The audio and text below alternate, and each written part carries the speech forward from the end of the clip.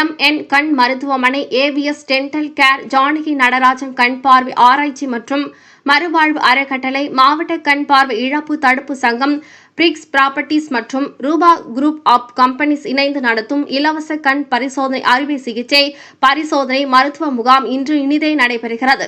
முகாமில் 100க்கும் மேற்பட்ட கண் பார்வை அறுவை சிகிச்சை இலவசமாக செய்வதற்கு ஏற்பாடு செய்யப்பட்டுள்ளது. இம்முகாமை குத்துவிளக்கேற்றி துவக்கி வைக்க வருகை புரிந்துள்ள தமிழக அரசின் சமூக நலன் மற்றும் மகளிர் மேம்பாட்டுத்துறை அமைச்சர் ஜெகதீஸ்வரி அவர்கள் சிறப்பு அழைப்பாளராக கலந்து கொண்டு சிறப்பித்துக் கொண்டிருக்கிறார்.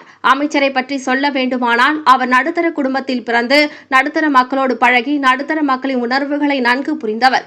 பத்திரிகையாளராக தனது வாழ்க்கையை துவங்கி இன்றைய முதல்வர் ஜோசப் விஜயின் ரசிகர் மன்றத்தில் பயணித்து கடின உழைப்பால் மாவட்ட செயலாளராக பொறுப்பேற்று இன்று அமைச்சராக வீற்றிருக்கிறார்.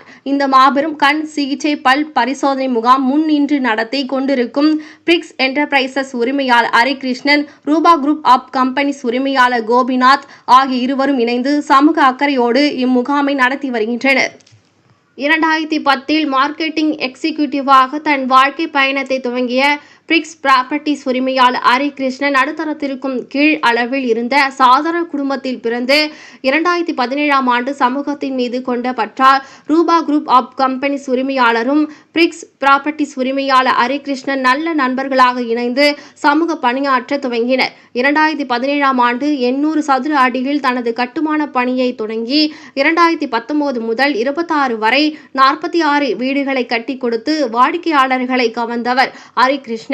தற்போது சென்னை முழுக்க 15 ப்ராப்பர்ட்டிஸ் பணியை செவ்வென செய்து வருகிறார். இவர்களின் சமூக பணிக்கு காரணமே விஜய் தொலைக்காட்சியில் ஒளிபரப்பான நடிகர் சூர்யாவின் அகரம் பவுண்டேஷன் நிகழ்ச்சி ஒரு முக்கிய காரணமாக விளங்கியுள்ளது. நிகழ்ச்சியின் மூலம் தூண்டப்பட்டு 2017ஆம் ஆண்டு முதல் வடசென்னை பகுதியில் உள்ள பல்வேறு குடிசை பகுதிகளில் கல்வி உதவி, உணவு, ஏழைகளுக்கு புடவை, மாணவர்களுக்கு நோட்டு புத்தகங்கள், ஸ்கூல் பேக் உள்ளிட்ட பல்வேறு உதவிகளை செய்து வந்தனர். இவர்கள் செய்யும் சமூக பணிக்கு தனிப்பட்ட முறையில் யாரிடமும் நன்கொடை வாங்காமல் தனது சொந்த செலவின் நண்பர்களான ஹரிகிருஷ்ணன், கோபிநாத் இணைந்து இவர்களது சேவையை சிறப்பாக செய்து வருகின்றனர்.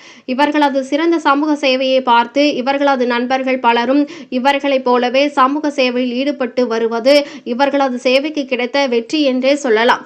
இவர்களது சேவை இதோடு நின்றுவிடவில்லை. முதியவர் இல்லங்களை தேடி சென்று அவர்களுக்கு தேவையான உணவு, துணி உள்ளிட்டவை செய்வதோடு மன வளர்ச்சி குன்றிய குழந்தைகளுக்கு சிகை அலங்காரம் செய்வதையும் வழக்கமாக கொண்டுள்ளனர். இந்த இளைஞர்களின் சேவை எதிர்காலத்தில் மிகப்பெரிய ஆசிரமமாக துவங்கி இதன் மூலம் தொடர்ந்து சேவை செய்ய தங்களது பணியை இது பெரிய அளவில் திட்டமிட்டுள்ளனர்.